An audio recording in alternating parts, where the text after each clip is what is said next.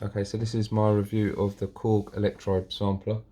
I just wanted to do like a quick review because this unit's quite old and I wanted to show what it actually represents in the current day.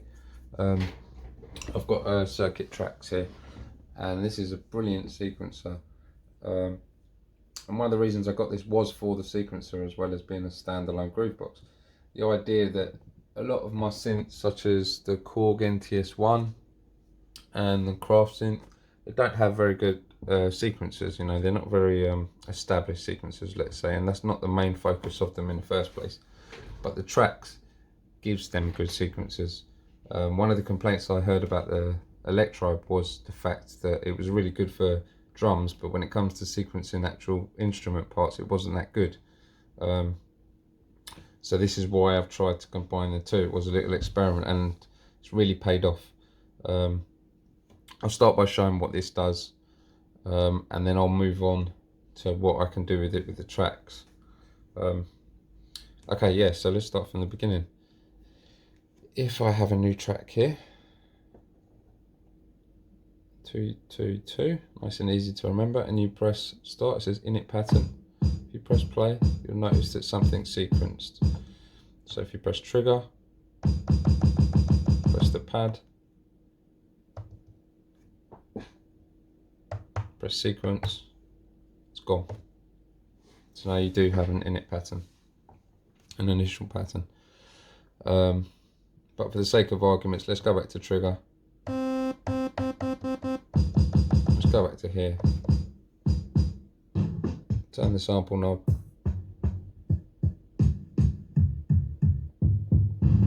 So we get something we like that.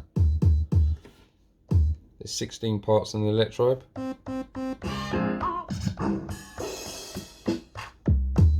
These two are in choke groups. So these two choke each other and these two choke each other. We've got a kick on this part 9, so let's sequence it. Let's leave it like that. Let's choose another part. You'll notice on here where it says sample, it's got a little kick, it says kick next to it. If you hold shift and turn it, it'll go straight to the next section. So let's go to snares, like that. So let's put that in, sequence, there and there, very similar to a Volca. Not too sure about that snare now.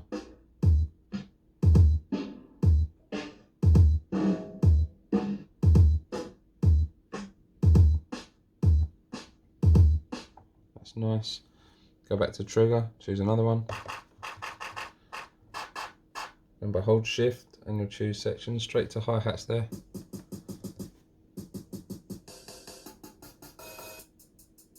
That's quite a nice one. Choose 8.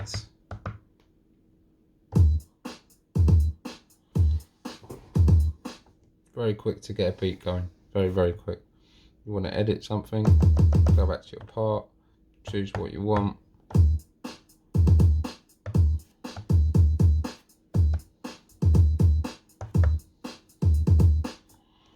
So that's really good. Next, let's get to the synth. No, let's talk about what you can do with it. So these samples, this kick drum, for example, they have pitch control, filter,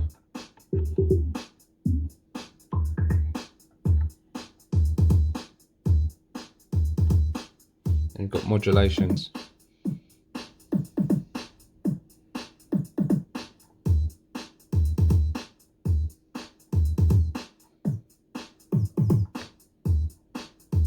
We're going to put pitch mod.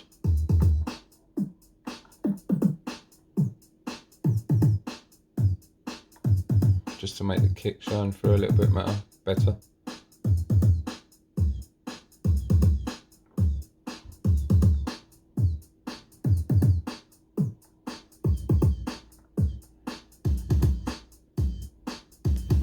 Very useful pitch mod.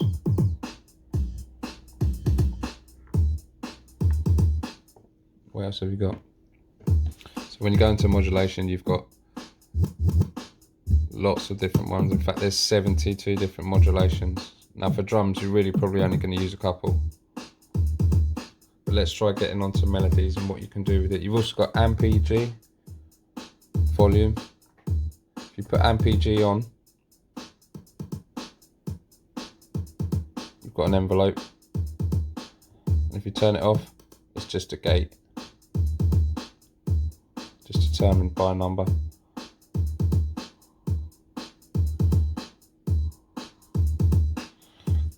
And then you've got insert effects. I think we'll get to the effects later. Let's go for an instrument now. If you press trigger, you can see what parts we're using. On pad 1, on default, you're always going to start with an oscillator. And if you flick through, the first one was saw, and you've got this edit knob. And that can be modulated. Next one's pulse. Let's play it down an octave. Keyboard. The next one's triangle. Sine. With some wave folding, it sounds like. Super saw or unisaw. Saw with unison. Square, same thing. Triangle.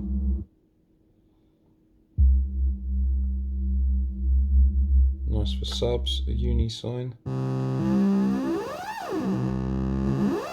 Saw with sync. Triangle. Sync sine. Then you've got noises, high pass, lo-fi, resonance, noise. Okay, then you've got audio in mono, audio in stereo, and we'll talk about those later.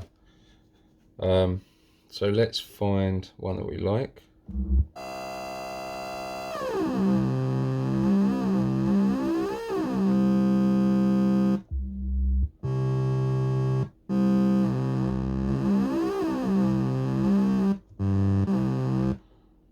Let's find the nice one.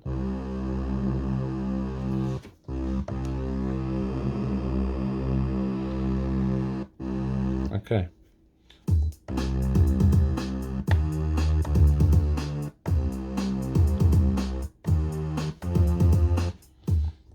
Okay, so I've got a little bass on in my head, but at the moment we've only got one bar.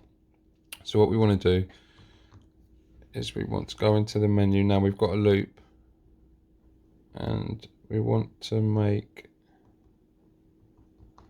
sorry, let's go back to length. We want to make the length 4. Now what it's going to do is duplicate what we've made into 4 bars. Don't have to press anything, it's done.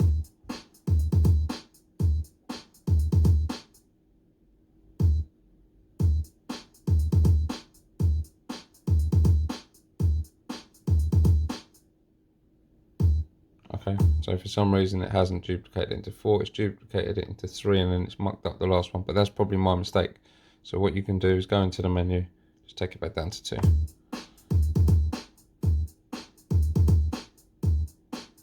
And that will do for now. Right, okay, so it's a sequence of melody in here.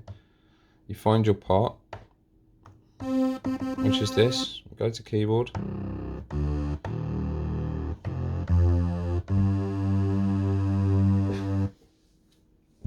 And let's play it. Let's try and record that in.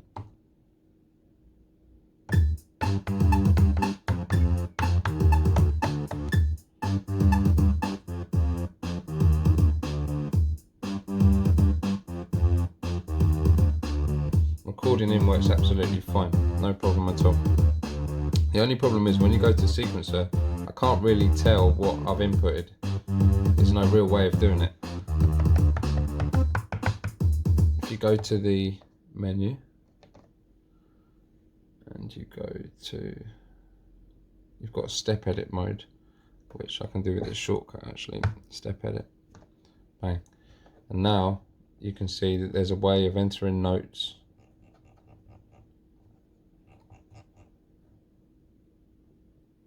and gate time, velocity, but it's definitely not coherent. So this is where this comes in. If you press play on this,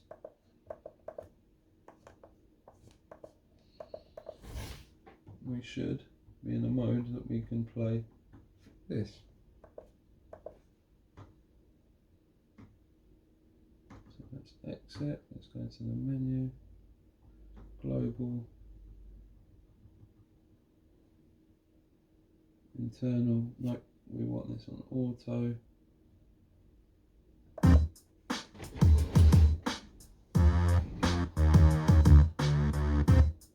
Right, so now the circuit tracks is controlling the tempo.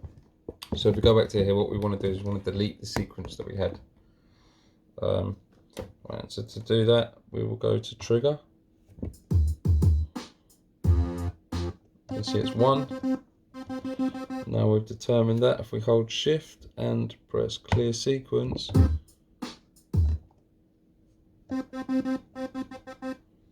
shift and clear sequence, press enter, it's gone. So now we can use the tracks. So there's a couple of tricks that I've learnt with this. First of all, let's put a sequence in of some kind.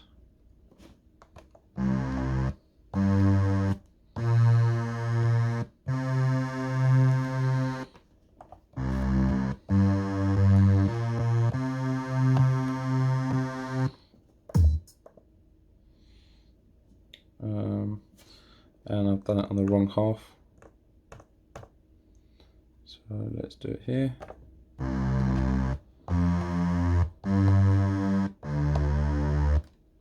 I'll do.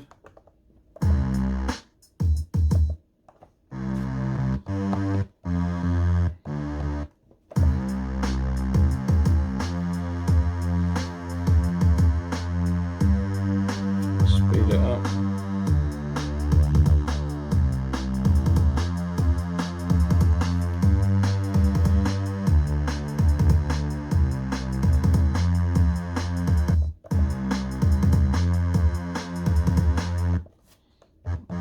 Let's just make it a bit better.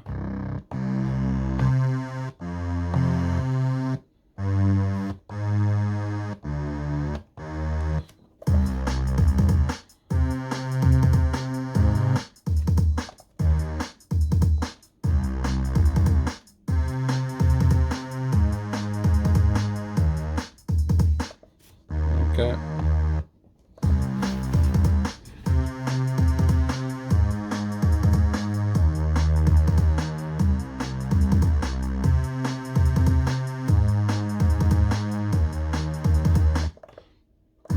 So not only can you use the circuit in conjunction with it and to basically take advantage of melodies and the fact that this can't do it, but you can actually use it to record them in as well because they're linked to the same tempo. So really all I have to do on this is press record and press play on the circuit. And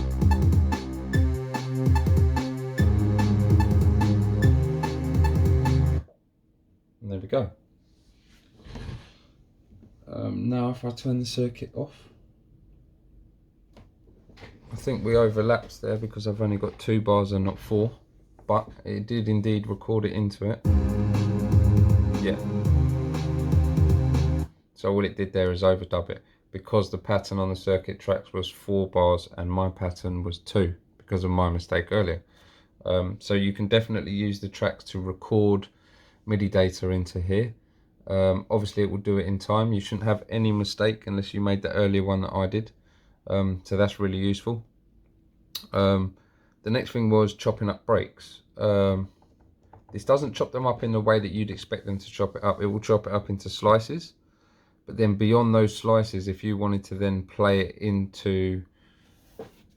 record it like you would with the old MPC style method, then you wouldn't be able to do that. You'd only be able to play it back in slices, and then you'd be able to use the pitch envelope to obviously pitch it up and pitch it down without it falling out of time. It doesn't do what you'd want it to do in that respect. There are ways of doing it, definitely. For example, if I go to an old song and I try and sample it, or if I go to a preset one, for example. Yep, let's do that. So let's talk about resampling. First thing you want to do is you want to press shift and record, and you go into sampling mode. You've got audio in and you've got resampling. So what we want to do is we want to resample off the unit. That's fine. Tells us how much memory we've got, and that's really all we need to know. The second I hit play now, it will start sampling. That's all we want. Press right, it's saved. Right, so now let's say we go to a new song. Let's do that. Just press exit, make sure you're not on any menu.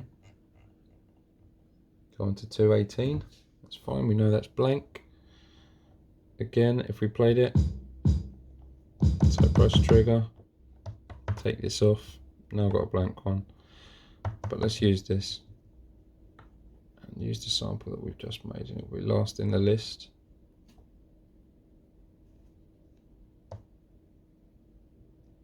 If it worked. There we go. Go to trigger. So there's our sample.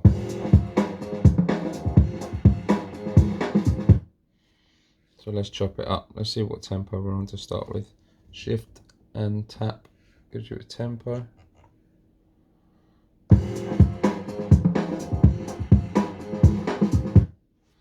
And let's sequence this for a start.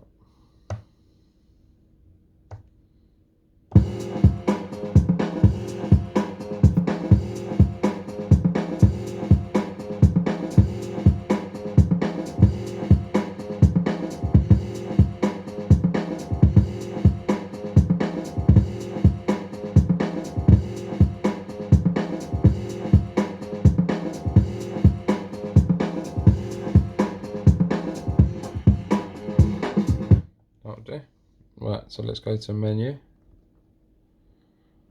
and if you go to the end, you've got sample edit. If you go into sample edit, you've got time slice. Right, because that went for 1, 2, 3, 4, I think 8 bars or 4 bars, we need it on 32, and we'll get to that in a minute. Now you've got threshold once you press enter.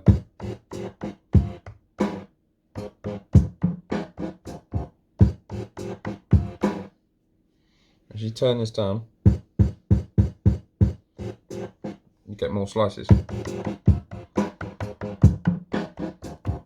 sounds right, but sometimes you want bigger slices.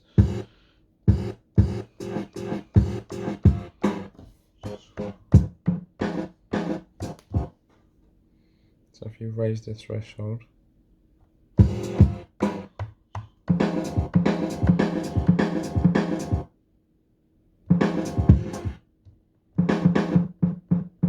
try and get it.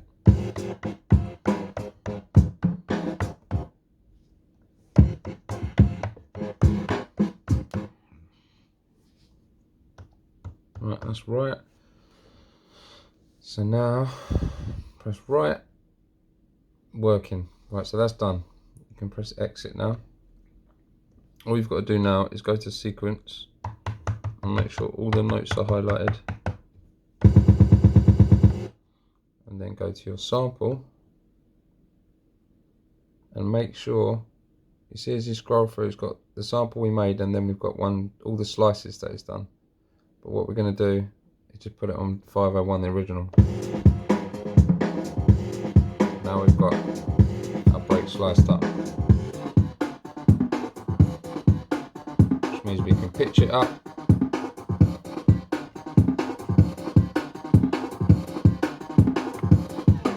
Raise the tempo, filter it, put a pitch envelope on every single step, put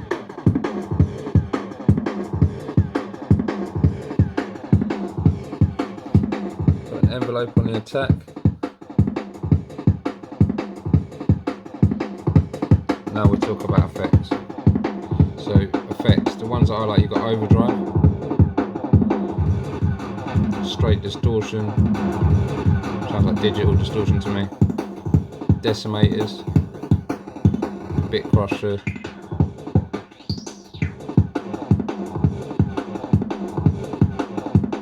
something that sounds a bit like OTT to me,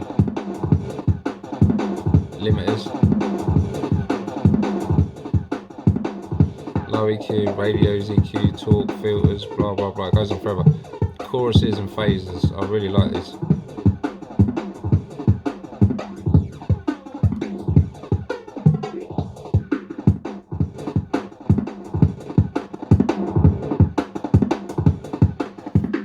Quite a lot. What I also find a little bit misleading is it's got master effects. You would assume that goes on the master, but it's per part. So you basically can choose one master effect in the menu. And you'll see it in a second. Master effect type, mod delay. So you've got reverb here, and it's a shame that reverb isn't on the internal effects as opposed to the master effects. But the only real difference is you can't select the amount. So if you've got master effects, you could just go over every part and make sure that it's got master effects on it. It does. Once you've done that, you can use this to apply the amount. It's the only way you've got. You can hold it, which is good, because if you've only got, let's say you don't want it on the drums, you could have it on everything else. We just don't happen to have anything else. I think that is it for that so far.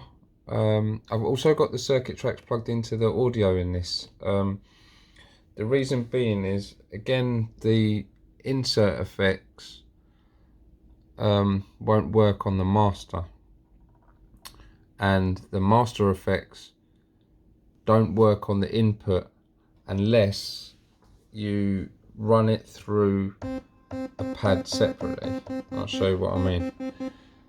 Essentially what you want to do is you want to turn off audio in, so it doesn't hear it at all.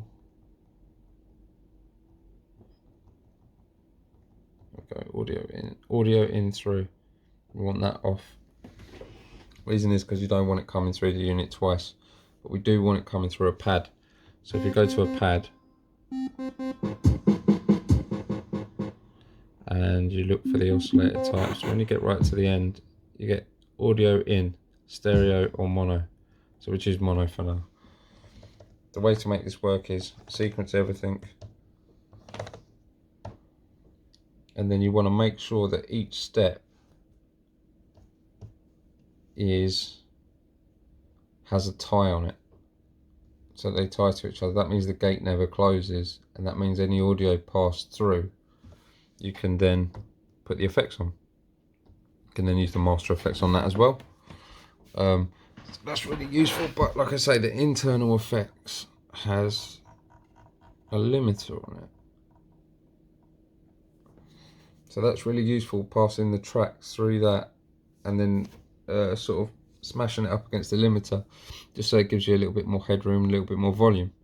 But yeah, so with this gate thing, all you'd need to do is go into step edit, press enter. And this is really good actually, gate time. You just turn it to the right, tie, and then you can go to the next part, turn it to the right, tie, and you can do that all the way along.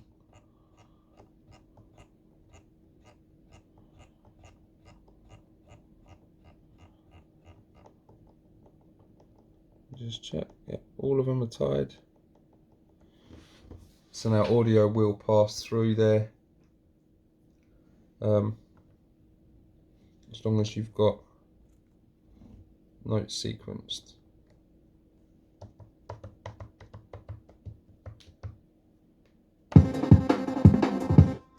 And obviously you have to pass audio through. I haven't got the tracks on anymore. Okay, so that is it. I mean, my review of this thing, the sound manipulation that you can have on samples is really great. You've basically got LFOs and envelopes on each part that you can assign. Alright, you can assign it to one thing, but separately you have a filter. Separately you have effects per parts. The other thing I wanted to show you actually, just before I go, was chord mode.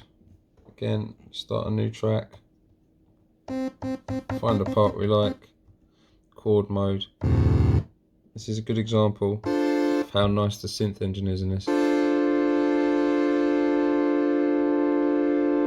So you can stack the chords on with 3 notes or 5 notes, which would do.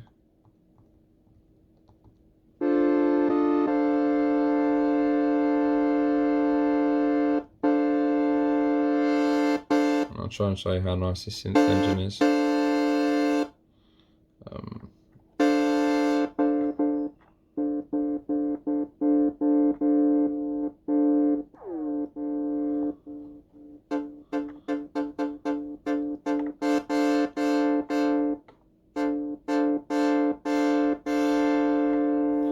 Okay, that'll do. And then let's put some effects on it.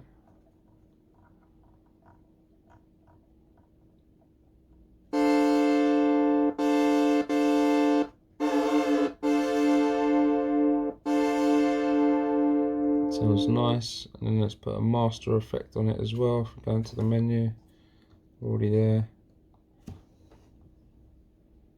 And I'll put like a mod delay on it.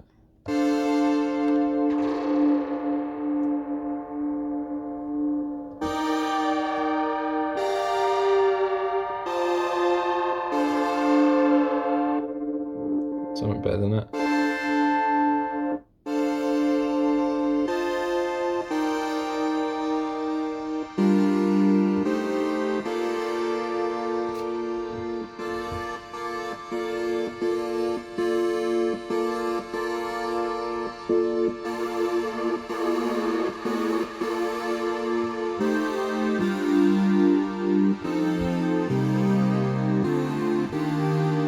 Really nice synth engine. Okay, so I think I've covered most of everything today. There's also step jump, which is really good. There's also pattern chaining on here as well, which works absolutely fine from my point of view. The one thing I would say that is I did try and record melodies in while it was pattern chaining, and essentially it glitches during the pattern chain, so it wouldn't carry on recording, which was a bit of a shame. But you can do things in halftime on here, which I've done as well. And in doing that, I mean, you've got twice as much room to put your samples. And then if you was to do that as well, you can separately go into was it beat? Yep, and you can change it to 30 seconds. So if you did put it in halftime and you needed to do really fast hi-hats, you could do that either with a delay, or you could do that with this. It's also got really nice swing on here as well. There we go, you've got swing on your sound as well. Not that we've got anything decent. Per part, you've got, if we go back to a part, exit. Per part, you've got different things that you can do as well. For example, you've got scales and what key you want to be in. And if everything's set to scale on, it will switch up everything just like the tracks will. Also, you've got gates on here as well. And somewhere, if I can find it, you've got different grooves like conga and different types of grooves like that. Okay, so I think I've covered everything now. The sequencer isn't that much good if you ask me for notes, but for drums it's spot on. The pads are velocity sensitive when you need them to be, and you can set that individually. I think that's it. In my eyes, this thing's a straight 10. The one thing it doesn't do is chop up breaks. Well, it does chop them up, but it doesn't allow you to play them back in a way that you'd want to. I've come up with a workaround which is really good. You can just literally copy the part. So you could literally go, if you wanted this part, you could just go shift and copy part, press enter once, press enter twice. It says where do you want it, where do you want to put it, you know, what's the original, where's it going, and then you could do that again, again, again, again, again, and then you could literally go through here, change it by one, change it by one, change it by one, change it by one, change it by one, and then you'd have all the slices on here. Then you could play them individually, you know, together to make a groove the old MPC way, and you can record it in. I've done that as well. So there is a workaround for all of these things. The file transfer is really, really, really good. Just need one of these, and I've got this program on the computer, and you just simply transfer the files. You basically make yourself a circuit tracks pack that you then transfer over to the unit. That 2 gig SD card is enough to hold God knows how many packs. So that's it. I'm going to call it a day there. This is the Electribe Sampler 2 by Korg. Again, I would give this a 10 out of 10. I would recommend this to anyone. Thanks for your time, guys. Bye.